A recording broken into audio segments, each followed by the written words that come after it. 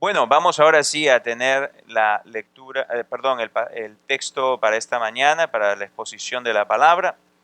Y les animo pues a que ahora abramos nuestras Biblias para escuchar la palabra del Señor en el capítulo 4 del libro de Eclesiastés. Estamos llevando a cabo un estudio a través del libro de Eclesiastés y en esta mañana nos toca esta porción del capítulo 4, versículos 1 al 3.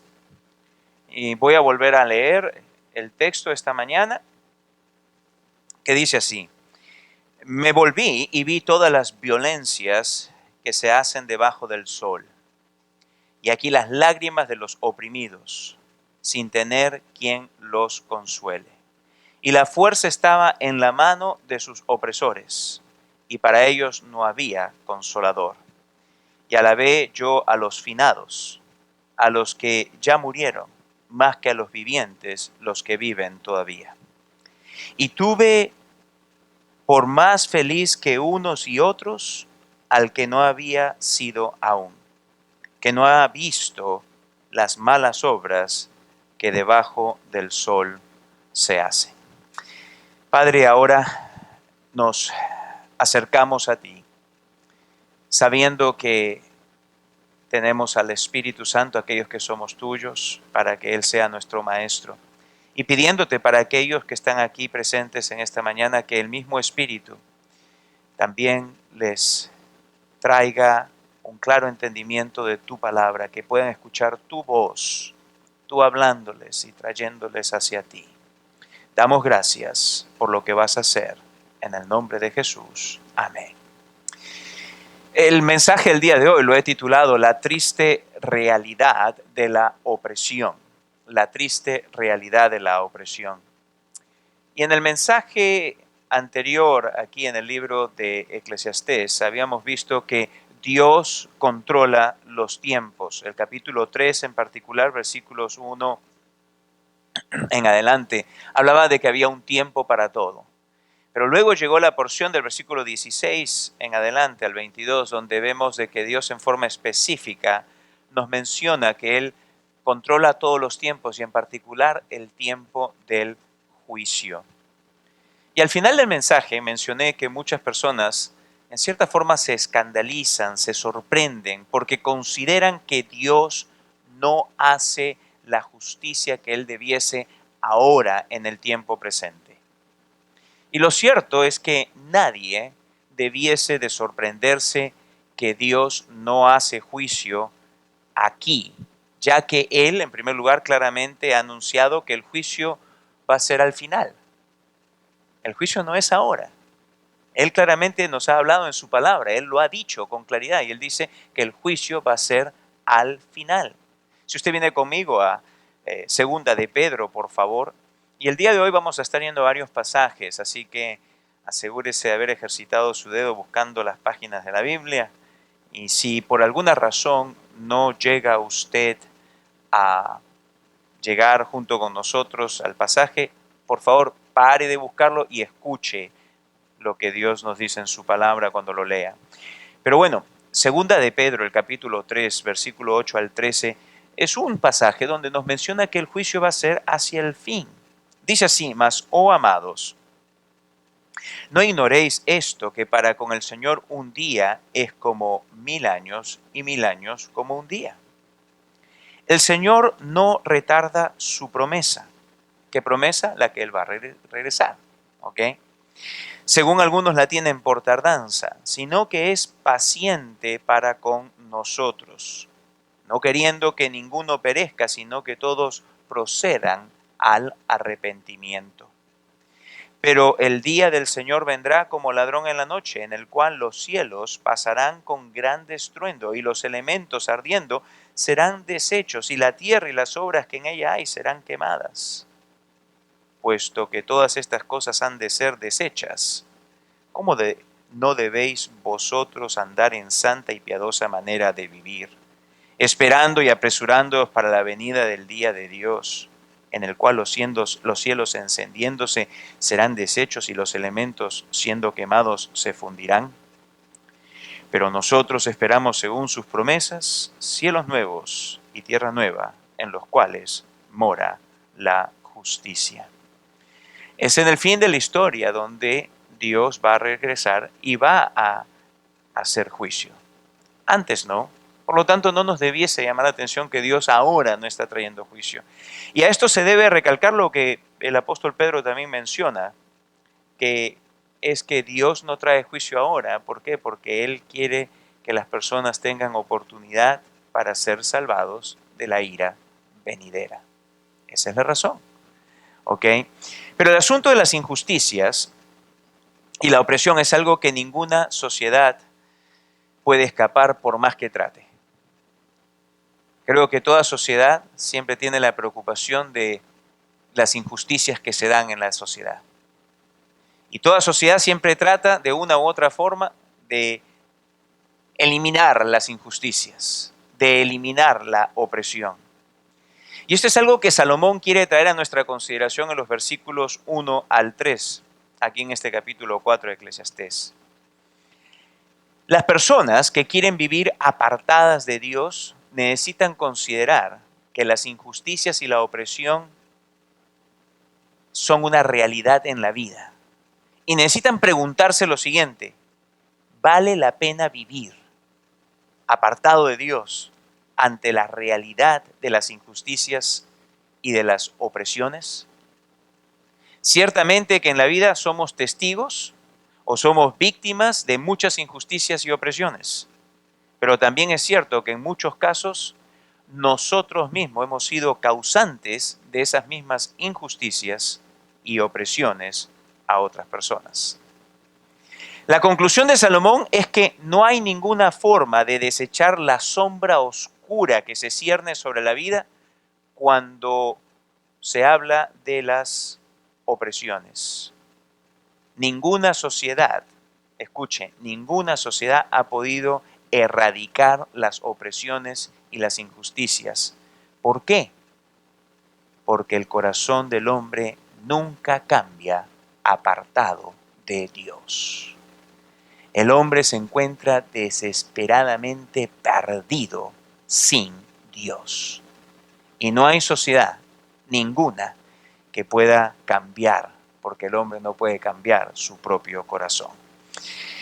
En la mañana de hoy vamos a ver este texto y una vez más el título es La triste realidad de la opresión. ¿Ok? Y hay 3 versículos solamente. Vamos a dividir el texto en 2 partes. Versículo 1, donde vamos a ver las violencias y las opresiones.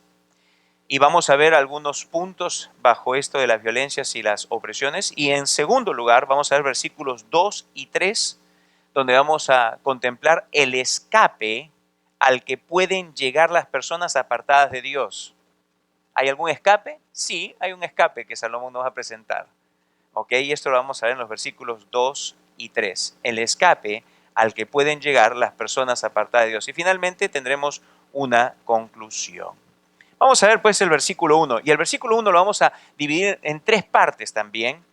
Las violencias y las opresiones. Versículo 1. Me volví y vi todas las violencias que se hacen debajo del sol. Y aquí las lágrimas de los oprimidos, sin tener quien los consuele. Y la fuerza estaba en la mano de sus opresores, y para ellos no había consolador. Lo primero que queremos ver en este primer versículo es una triste realidad de la vida debajo del sol. Una triste realidad, las opresiones. Vamos a ver eso, por favor. La primera parte, versículo 1a, me volví y vi todas las violencias que se hacen debajo del sol. Esta es una realidad en todo tiempo y para toda sociedad. No hay sociedad que escape las opresiones. ¿O usted conoce alguna? ¿Cuba? Se ríe el hermano, dice, Cuba. ¿La República libre de opresiones? ¿O Colombia? ¿Ah? ¿Perú? ¿Los Estados Unidos, hermano John, es un lugar donde uno escape de opresiones? No. Ni aún en el supuestamente mejor país del mundo se escapan de las opresiones. Es una triste realidad. No ha habido ningún tiempo en el cual alguna nación o alguna sociedad haya estado libre de las opresiones.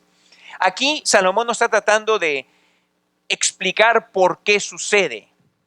Es que es tan obvio por qué sucede. Pregunta, ¿quiénes son las personas responsables de las opresiones? ¿O quiénes son los responsables? ¿Ah? Los extraterrestres, los animales, los gobernantes. ¿Ah? ¿Quiénes son? Los malos. Síganme los buenos, dijo el Chapulín. ¿Ah? ¿Quiénes son los responsables de las opresiones? Los seres humanos, señores. Los seres humanos. Y como vamos a ver, sí, la tendencia es a pensar en nuestros gobernantes como aquellos que nos oprimen. Pero como vamos a ver ahora por unos minutos, vamos a ver que en realidad la opresión está generalizada en toda sociedad. ¿Ok? Toda la sociedad está corrupta por opresores. ¿Por qué no empezamos? Mire, sí, efectivamente, hay opresión para un pueblo de parte de un rey o de un gobernante. Venga conmigo al libro de Ezequiel en el Antiguo Testamento, por favor. Y vamos a leer versículos 22, 6 y 7. Es una triste realidad de que un pueblo es oprimido por un rey o un gobernante. Ezequiel 22, 6 y 7. Dice así: He aquí que los príncipes de Israel, cada uno según su poder, se esfuerzan en derramar sangre. Al padre y a la madre despreciaron en ti. Al extranjero trataron con violencia en medio de ti. Al huérfano y a la viuda despojaron en ti. Aquí vemos la nación que era la nación sin igual, porque ¿de qué otra nación se ha hablado en la historia de las naciones en la humanidad? Se ha hablado de que Dios haya sido su Dios. ¿De alguna otra?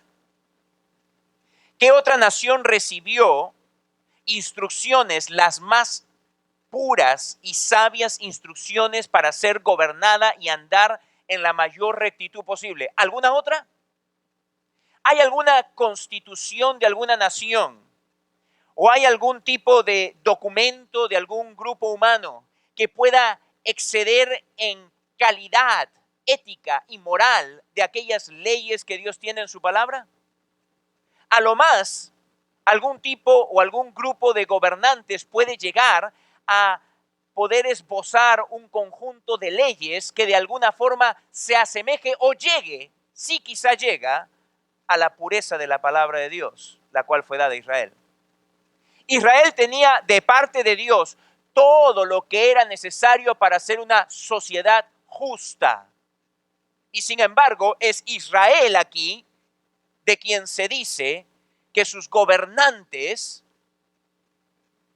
estaban corruptos y oprimían al pueblo.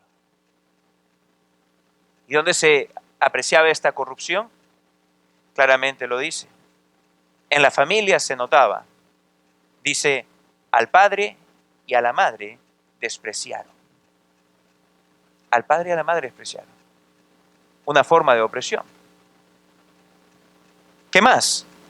Dice, al extranjero trataron con violencia en medio de ti. No tenían un buen trato para con los inmigrantes. ¿Qué más? Al huérfano y a la viuda despojaron en ti. Se aprovecharon los gobernantes de los más débiles en la sociedad. La desnudez del padre, si tú continúas leyendo más adelante, la desnudez del padre descubrieron en ti e hicieron violencia a la que estaba inmunda por su menstruo. Era una opresión, era un abuso por parte de los gobernantes hacia el pueblo. Pero lamentablemente no es el único tipo de opresión que hay. También hay la opresión de un jornalero por un amo o empleador. Venga conmigo al libro de Levíticos, por favor. Levíticos, que el capítulo 19.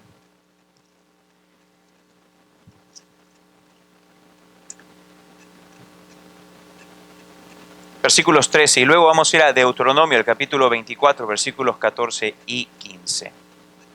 Levíticos 19, versículo 13, dice así: no oprimirás a tu prójimo, ni le robarás, no retendrás el salario del jornalero en tu casa hasta la mañana.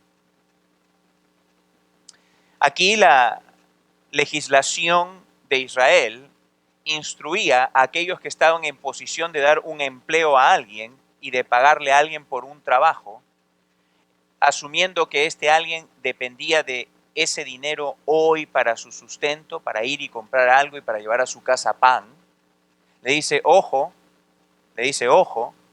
no le vas a robar, no le vas a estafar, no le vas a decir, ya mañana te pago, con la intención de no quererle pagar. Págale cumplidamente. No oprimas así a la persona. No te aproveches, porque tú tienes y el que está sin trabajo no tiene. Le instruye a Israel y le dice, no hagas estas cosas. Venga conmigo al Deuteronomio, por favor, al capítulo 24, versículos 14 y 15.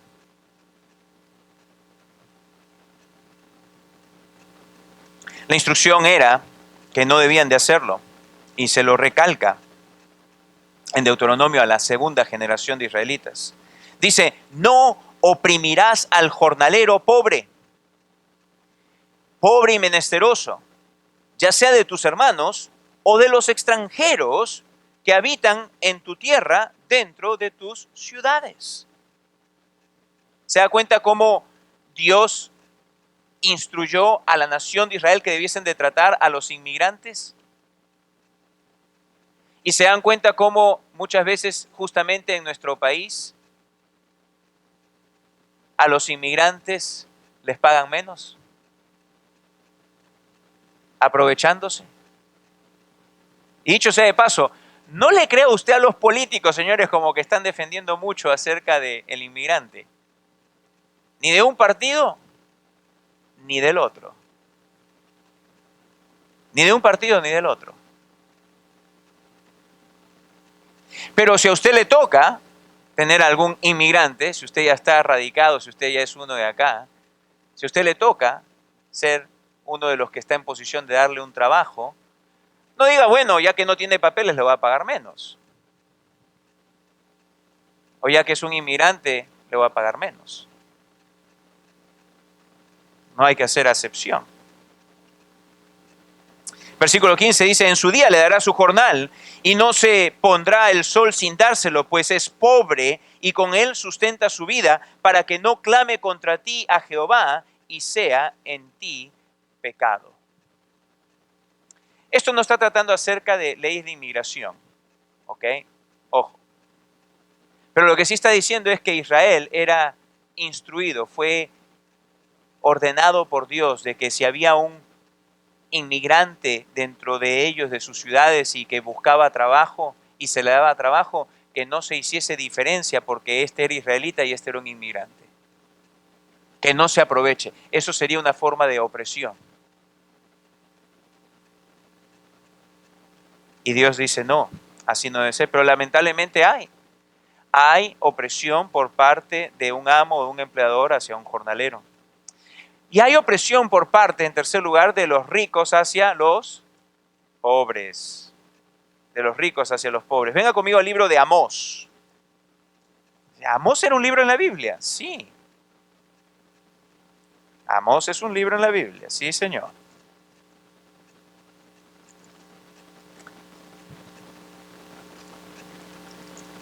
Ok, al que lo encuentre, le voy a dar un abrazo.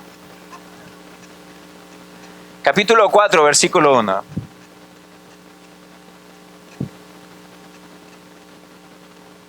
Capítulo 4, versículo 1.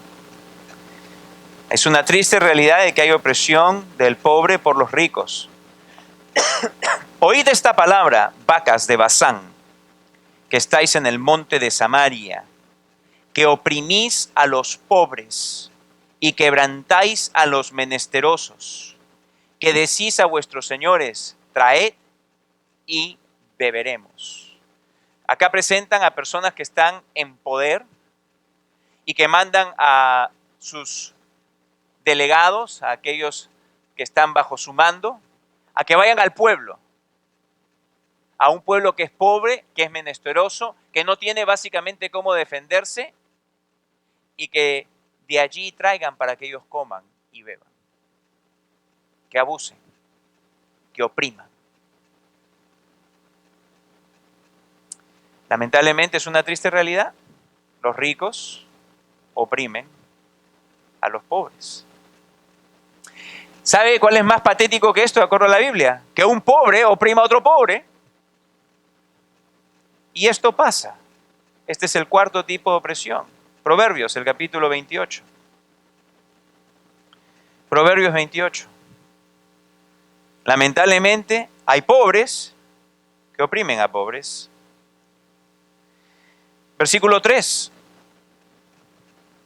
El hombre pobre y robador de los pobres es como lluvia torrencial que deja sin pan. El hombre pobre y robador de los pobres.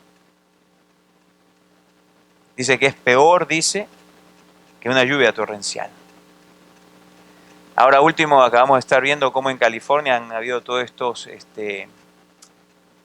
eventos, ¿no? Donde se ha habido pues deslizos de agua, de tierra, etcétera.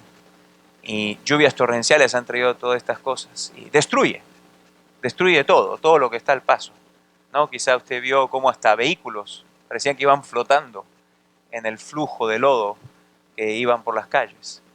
Algo muy similar a lo que pasó en el Perú y causó destrucción total, ¿no? Una lluvia torrencial destruye. Bueno, dice que el pobre, que es robador del pobre, es como la lluvia torrencial, deja sin pan.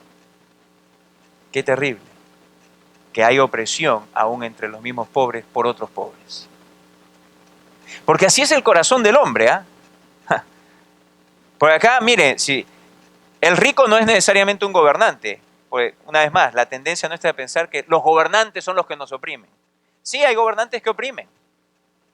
No todos, pero sí hay gobernantes que oprimen. Y sí hay ricos que oprimen. No todos, pero sí hay ricos que oprimen.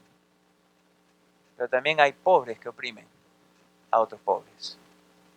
Porque el corazón del hombre, sea un gobernante, sea un rico, sea un pobre, es el mismo. Un corazón torcido, un corazón sucio por el pecado, un corazón que necesita redención y que solo Dios puede redimirlo. Solo Dios, solo Dios. Pero ¿sabe qué? También hay opresión por parte de un mercader o de un negociante de parte del consumidor. Y vamos al libro de Oseas. ¿Osea qué? No, Oseas. Vamos al libro de Oseas en el Antiguo Testamento. Si usted la encuentra antes que yo, le voy a dar 2 abrazos. 12:7, o sea que no lo encontró antes que yo. Se quedó sin abrazo. Oseas 12:7. Hay opresión por parte de un gobernante a un pueblo, hay opresión por parte de un empleador a un jornalero, hay opresión por parte del rico al pobre, hay opresión del pobre para con el pobre, hay opresión por parte del mercader sobre el consumidor. 12:7. Mercader que tiene en su mano peso falso, amador de opresión. Peso falso. Y acá la opresión viene en la forma del engaño, de que le da menos de lo que en realidad le dice estar dando. Y que no tiene recurso esta persona. Me hace acordar en nuestro rubro nosotros tenemos que ir a comprar otras materias primas para hacer los productos que nosotros hacemos. Y una de las materias primas es que compramos gamuza, ¿ok? Un derivado de la piel de vaca. es un cuero, ¿ok? Y entonces le digo, ¿cuánto es lo que necesitamos? Y me dicen, bueno, necesitamos 20 pies. Ok, apruebo la transacción, vayan, compren 20 pies. Y cuando viene la cuenta me dice, bueno, se compraron 25 pies. Y le digo, pero un momento, me han dicho que son 20 pies. ¿Por qué hemos comprado 25 pies? ¿Por qué estamos comprando más de lo que necesitamos? Me están subiendo los costos. Y me dicen, bueno, es que recuerda que el pie de ellos mide solamente 25 en vez de 30 que debiese ser. ¿Cómo que el pie de ellos? Un pie es un pie. Un metro es un metro. Un kilo es un kilo. No son 900 gramos. Un metro no tiene 83 centímetros. ¿Cómo que su pie? Me dice, ¿qué podemos hacer? Cuando vamos a la zona donde están todos los comerciantes, todos tienen su propia medida. Bueno, ¿qué me queda? ¿Ah? ¿Qué me queda? No me queda otra. Le digo, encuentren el pie más grande. Voy yo a ir a cambiarlos a ellos y decirles, mira, compadre, tiene que ser así. No me van a hacer caso. No me van a hacer caso. Pero ese es un ejemplo de cómo los mercaderes oprimen.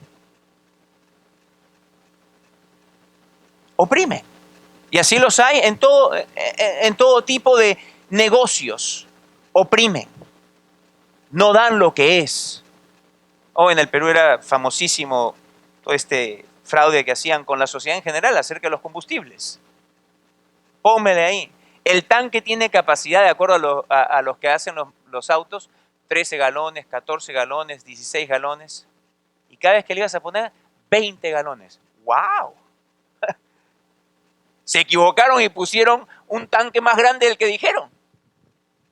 No. 20 galones, decía el surtidor. ¿Por qué? Porque eran galones de fracción. Y era tan generalizada la cosa que no le quedaba otra al pueblo, más que ir y comprar 20 galones para llenar tu tanque de 13 galones. Pero es que, señores, así es la opresión. Hay opresión del gobernante para con el pueblo, hay opresión del empleador para con el jornalero, hay opresión de los ricos para con los pobres, hay opresión del pobre para con el pobre, hay opresión del comerciante para con el consumidor. Hay opresión en el pueblo de todos los que tienen poder para tener opresión. De todos los que tienen poder. Miqueas. ¿También había un libro en la Biblia que se llama Miqueas? Sí, también hay. Ahora, si usted llega antes que yo, le voy a decir el capítulo 2, versículo 1 y 2. Si usted llega antes que yo, como ya me ganó y no dije, se quedó sin nada. Capítulo 2, versículo 1 y 2. 2, 1 y 2. Dice así, hay de los que en sus camas piensan iniquidad y maquinan el mal, y cuando llega la mañana lo ejecutan porque tienen en su mano el poder. Codician las heredades y las roban, y casas y las toman. Oprimen al hombre y a su casa, al hombre y a su heredad. Todo el que tiene poder, de alguna forma, eventualmente termina oprimiendo. Todo el que tiene poder, de alguna forma. Y estamos hablando, recuerde, estamos hablando en todo tiempo acá, sobre todo de quiénes, de los que están apartados de Dios, de los que no tienen una relación con Dios. Y no estoy diciendo acá de los que están sin religión, porque hay algunos quizá que están acá presentes y dicen, menos mal ese yo no soy, porque yo soy un católico, porque yo soy un creyente en Dios, yo creo en Jesús a mi manera, yo creo de esta forma. No, no, no. Acá o tú estás en Jesús o estás sin Jesús. No hay otra. O sea, tú puedes ser protestante y estar sin Jesús. Tú puedes ser católico y estar sin Jesús. Tú puedes ser religioso y estar sin Jesús. Toda persona que esté sin Jesús puede ser que viva de esta forma, oprimiendo si tiene el poder para hacerlo. Oprimiendo. Es una triste realidad. En realidad, la opresión puede llegar a estar tan permeada en la sociedad que en realidad uno la puede ver por todo lado.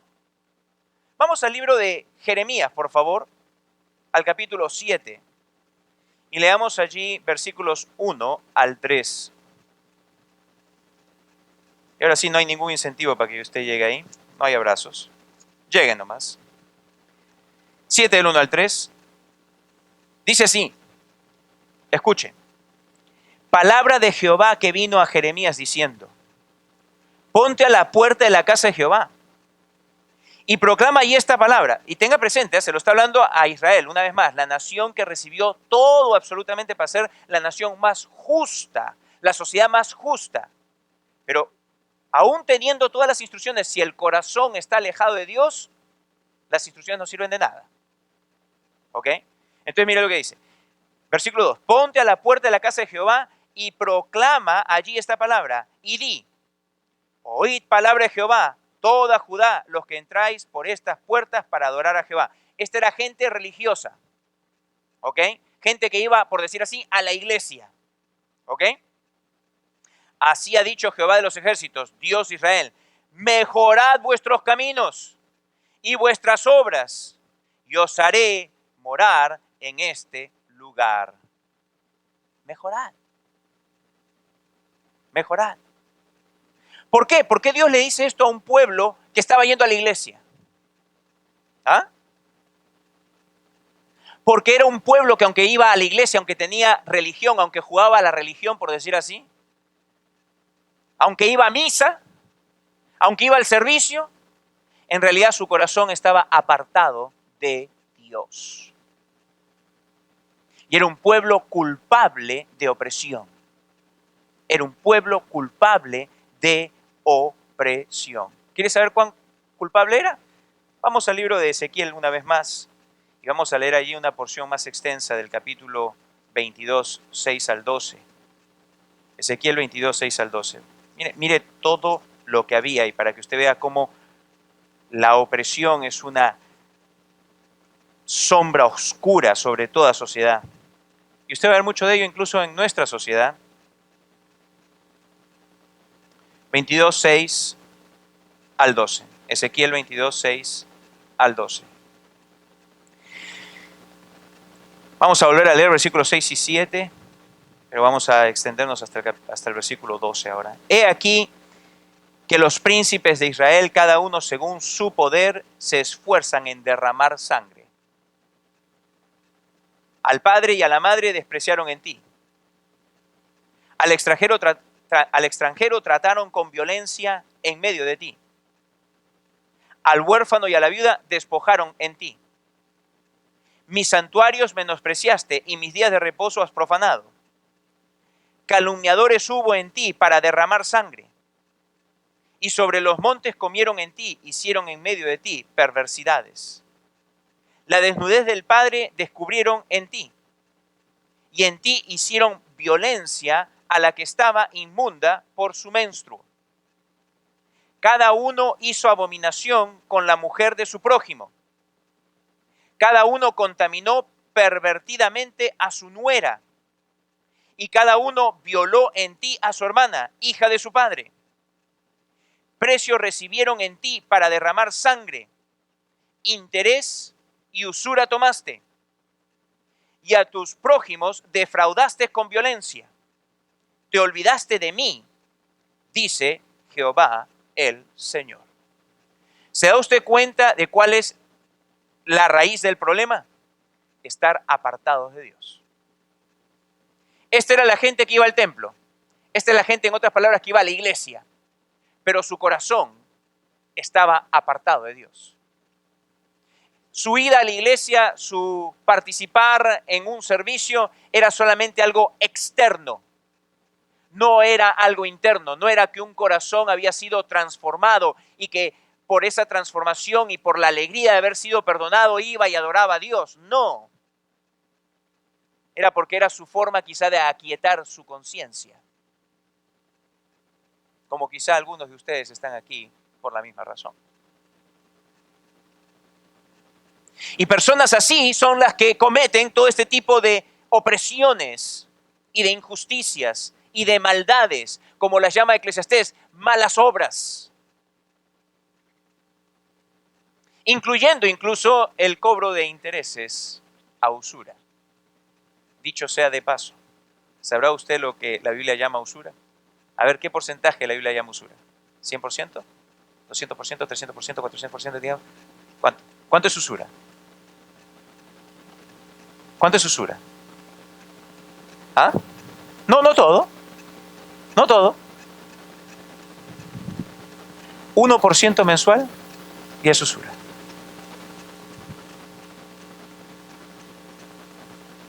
1% mensual ya es usura. ¿Qué le parece? En el Perú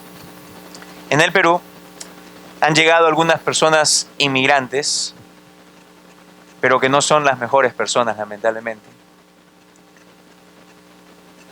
Y se han localizado en zonas del país donde ahora ellos son los reyes. Y entonces le han puesto precios. Si tú quieres si yo tengo algo con Mauricio, y Mauricio, la verdad, lo siento, pero quiero que te vayas de esta vida. Por 500 soles, alguien me lo mata. 500 soles equivale a $150. Sicarios.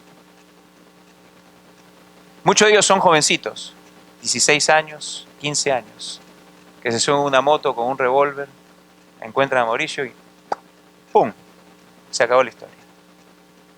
O que cobran para un préstamo, cobran, digamos, 100% al mes. Al mes. Y si no, pagas. No hay problema. No hay problema. Te matan la hija, te violan la esposa, te cortan un dedo. Para que aprendas.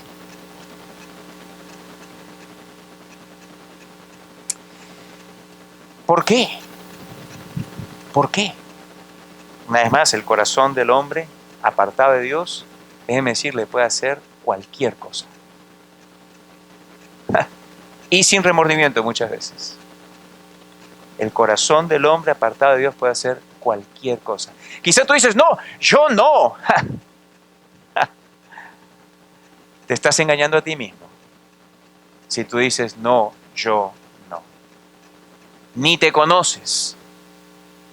Ni te conoces, porque la Biblia dice de ti, yo no lo digo, pero Dios dice de ti, tu corazón, al igual que el mío, sin Cristo, es un corazón perverso.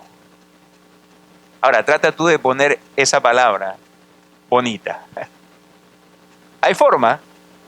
A ver, digámoslo bonito. Perverso. Perversito. Con acento, perverso. Perverso. Perverso. Románticamente, perverso. No hay forma en que puedas cambiar el significado de cómo Dios dice es tu corazón y mi corazón sin Cristo. Es un corazón perverso. Y un corazón perverso puede hacer cualquier cosa.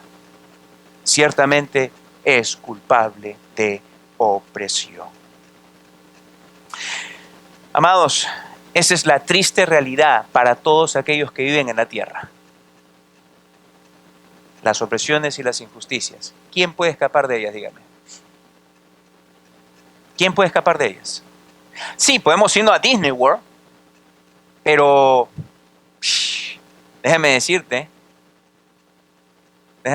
son 3 días lo que estás en Disney World, ahí en Magic Kingdom, mundo de magia, después regresas a la realidad, y eso es si alguien no te robó allí la billetera también, porque pasa, ¿ok?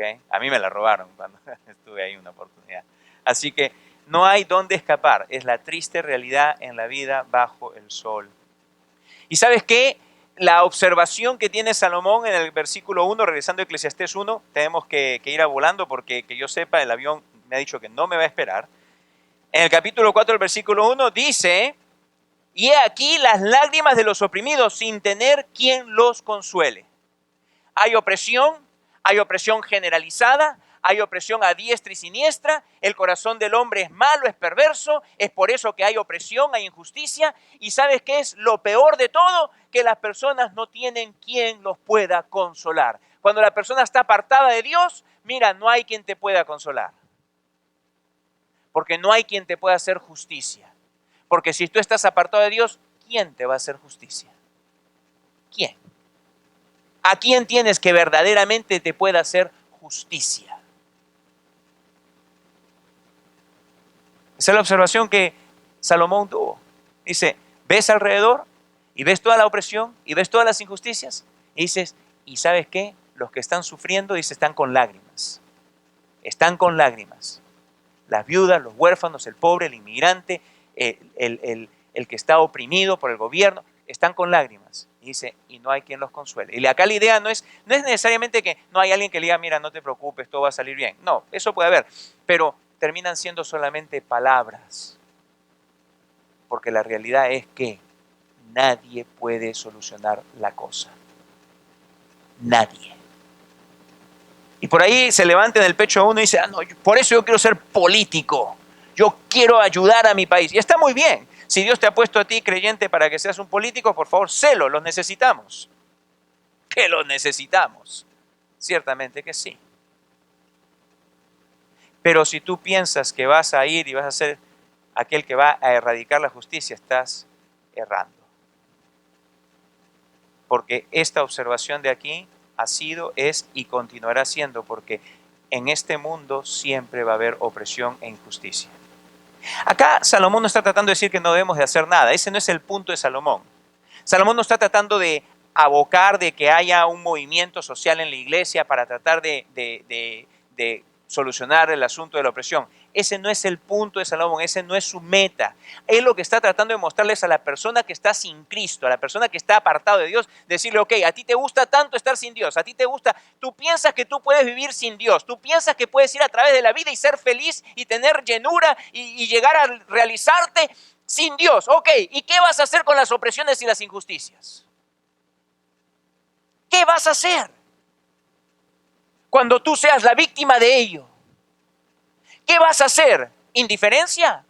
Bueno, eso es lo que muchas personas hacen. Simplemente son indiferentes. Pero ¿qué vas a hacer? ¿Qué puedes hacer? Por eso le dice, no hay nadie que pueda consolar. Si tú estás apartado de Dios, no hay ningún consuelo. Y lo peor de todo no es que no solamente no hay consuelo, sino que va a continuar habiendo gente con el poder para seguir oprimiendo. Versículo 1, hacia el final, dice, sin tener quien los consuele, y la fuerza estaba en la mano de sus opresores, y para ellos no había consolador. Es como que Salomón quiere presionar el punto y decir, y por si acaso, mira qué tan mal es la cosa. No solamente no hay consuelo, sino que ellos tienen poder para seguir haciendo lo que están haciendo. Verdaderamente que no va a haber consolador. Entonces, Salomón pasa al versículo 2 y 3 y dice, ok, vamos a traer una solución. ¿Cuál es la solución a toda esta opresión? Versículo 2 y 3. Primera solución, morir. Morir. Segunda solución, mejor no haber nacido. Usted dice, no, está bromeando. No, pero mira lo que dice acá. Versículo, regresando a Eclesiastés, dice, versículo 2. Y alabé yo a los finados, los que ya murieron, más que a los vivientes, los que viven todavía. ¿Qué solución le queda a la persona que está apartada de Dios ante todas las opresiones? Dice, morirse. Morirse. Porque ¿qué puede esperar la persona sin Dios? Dígame. ¿Qué esperanza tiene? ¿Qué esperanza tiene una persona sin Dios? ¿Qué puede esperar si está sin Dios? Está desconectado de Dios. No tiene confianza en Él, no sabe qué es lo que Dios va a hacer, no sabe cómo es que Dios va a actuar. Tiene sus ideas, la mayor parte de ellas totalmente erróneas, acerca de Dios y su justicia. Entonces, ¿qué le queda a la persona sin Dios, señores? Dice, bueno, lo único que le queda es que se le acabe la vida, para que así ya no tenga que ver todas esas opresiones e injusticias. Dice, pero por si acaso, mejor alternativa que esa. Dice, no haber nacido, versículo 3.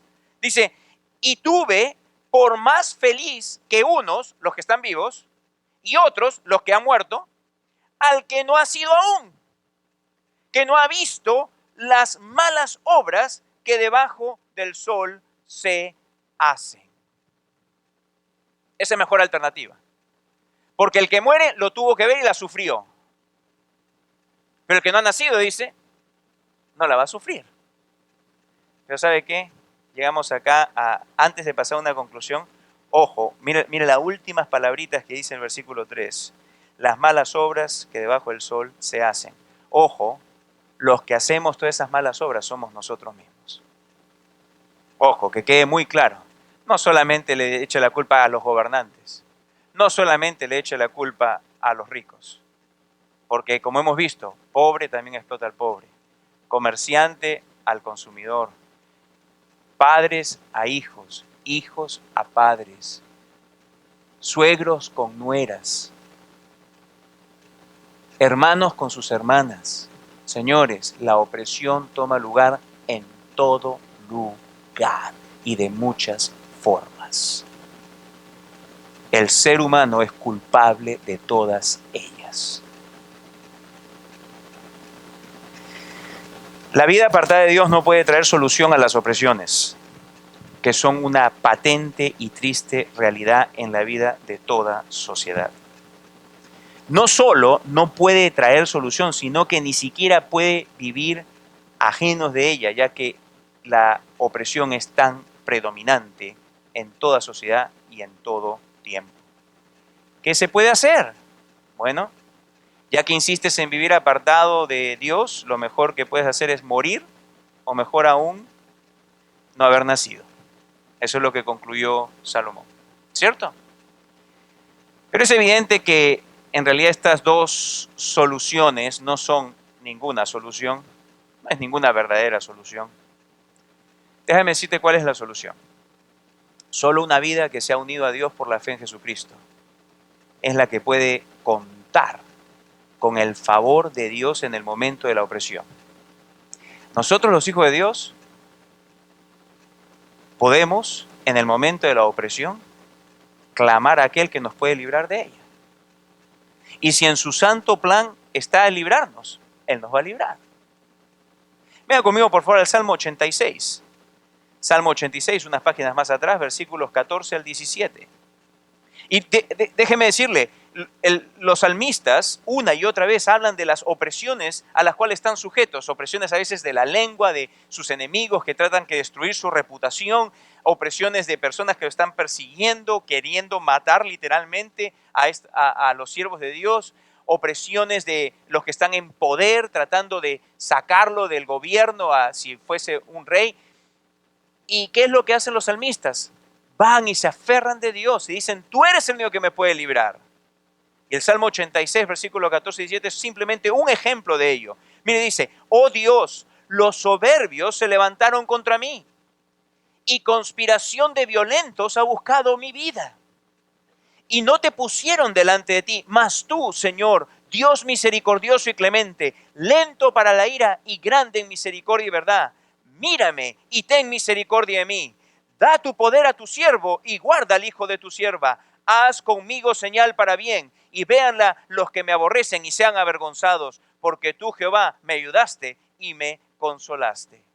En medio de la opresión, el único que puede venir en tu ayuda es Dios. Y el Hijo de Dios tiene esta bendición que puede ir a, Padre, ayúdame en este momento. Líbrame. Y a ti te ha prometido escuchar. Pero si estás apartado de Dios, si estás sin Cristo, a ti no te ha prometido eso. ¿Qué diferencia? Es luz y oscuridad. Es esperanza y desesperanza. Qué diferencia tan grande. Qué diferencia tan grande. Pero no solamente eso, no solamente Dios a nosotros nos ha prometido escucharnos, sino que también Él trae compasión y alivio y sabe, a través nuestro, Él también trae una genuina esperanza a aquellos que aún no le conocen. ¿Por qué? Porque por medio nuestro, ellos pueden aprender de que al final Dios va a traer justicia y pueden ser traídos a confiar en Dios al ver cómo Él cambió a uno que quizá previamente fue conocido como aquel que traía injusticias y opresión a otros. Y esto es algo que Dios puede hacer con aquellos que Él ha salvado. Venga conmigo al libro de Isaías, por favor, al capítulo 1, versículos 16 y 17. Isaías 1, 16 y 17. El profeta hace una acusación contra la nación una vez más aquí. Pero mire lo que le dice el versículo 16 y 17.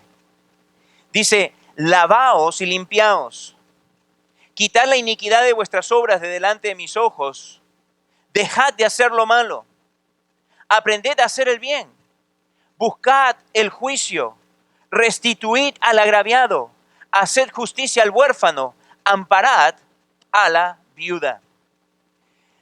Yo antes era un opresor y alguien que causaba injusticias contra otros, pero habiendo sido redimido por el Señor, soy llamado a totalmente ir y revertir todo lo que hice previamente.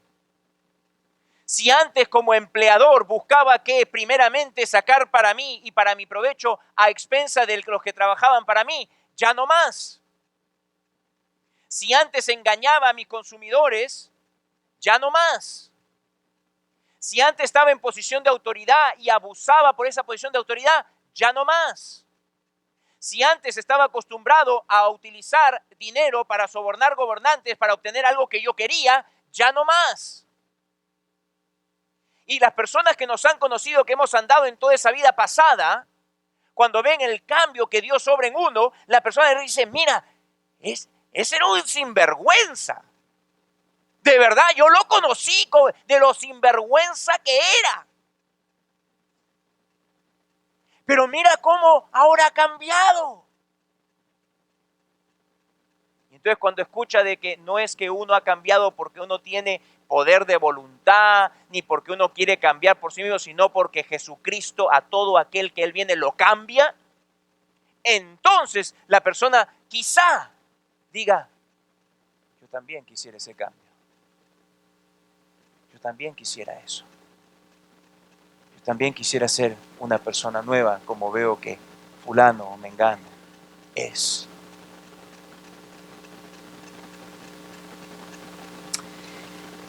Si alguien, amados, debe demostrar a un mundo que no tiene esperanza ante las opresiones y las injusticias de que sí es posible, que hacer justicia y que Dios la va a hacer, si alguien debiese estar continuamente transmitiendo eso en la vida diaria, esa es la iglesia.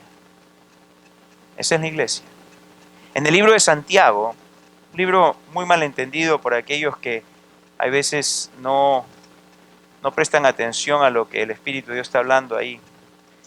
Algunos toman a Santiago como que es el pionero de justicia social, como que si el mensaje de Dios fuese uno de justicia social, y no lo es. Dios lo que quiere es impartir justicia al que se arrepiente, es darle justicia en Jesucristo, es la justicia de Cristo, es imputarle justicia y transformar la persona. Dios en realidad no tiene el mensaje de lo que a veces se conoce como el evangelio de justicia social. Eso es algo totalmente fuera de las Escrituras. Pero si alguien en realidad debiese ser esta luz y debiese ser el ejemplo de que Dios es un Dios que transforma y que cambia, esa debe ser la iglesia. En Santiago el capítulo 2, versículo 1 al 5 leemos, hermanos míos, que vuestra fe en nuestro glorioso Señor Jesucristo sea sin acepción de personas. Porque si en vuestra congregación entra un hombre con anillo de oro y con ropa espléndida, y también entra un pobre con vestido andrajoso, y miráis con agrado al que trae la ropa espléndida y le decís, siéntate tú aquí en buen lugar, y decís al pobre, estate tú allí en pie o siéntate aquí bajo mi estrado. ¿No hacéis distinciones entre vosotros mismos y venís a ser jueces con malos pensamientos? Hermanos míos, oíd.